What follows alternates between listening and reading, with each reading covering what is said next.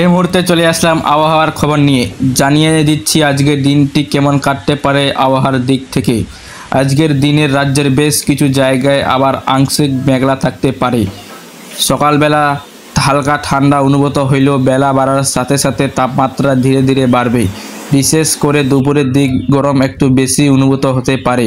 তবে বিকেলের দিকে দক্ষিণবঙ্গের কিছু অংশে হঠাৎ করেই আবহাওয়ার পরিবর্তন হতে পারে।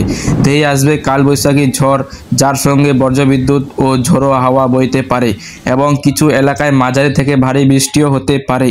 আজকের সর্বোচ্চ তাপমাত্রা প্রায় 35 ডিগ্রি সেলসিয়াস পর্যন্ত উঠতে পারে এবং সর্বনিম্ন 25 ডিগ্রি সেলসিয়াসের কাছাকাছি থাকার কথা।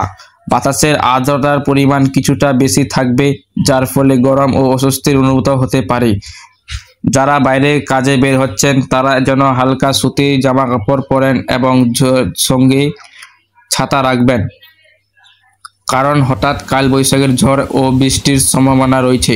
উত্তরবঙ্গের দিকে আবহাওয়া তুলনামূলকভাবে শান্ত থাকবে, তবে কিছু জায়গায় হালকা বৃষ্টির সম্ভাবনা রয়েছে। পাহাড়ি এলাকায় মেঘলা আকাশ দেখা যেতে পারে, তবে কোনো বড় ঝড়ের আশঙ্কা নেই। আজকের আবহাওয়ার কৃষকদের ক্ষেত্রে গুরুত্বপূর্ণ।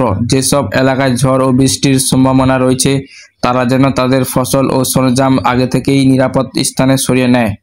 এই ছিল আজকের আবহাওয়ার বিস্তারিত খবর। নতুন আপডেট পেতে আমাদের সঙ্গে থাকুন। নমস্কার।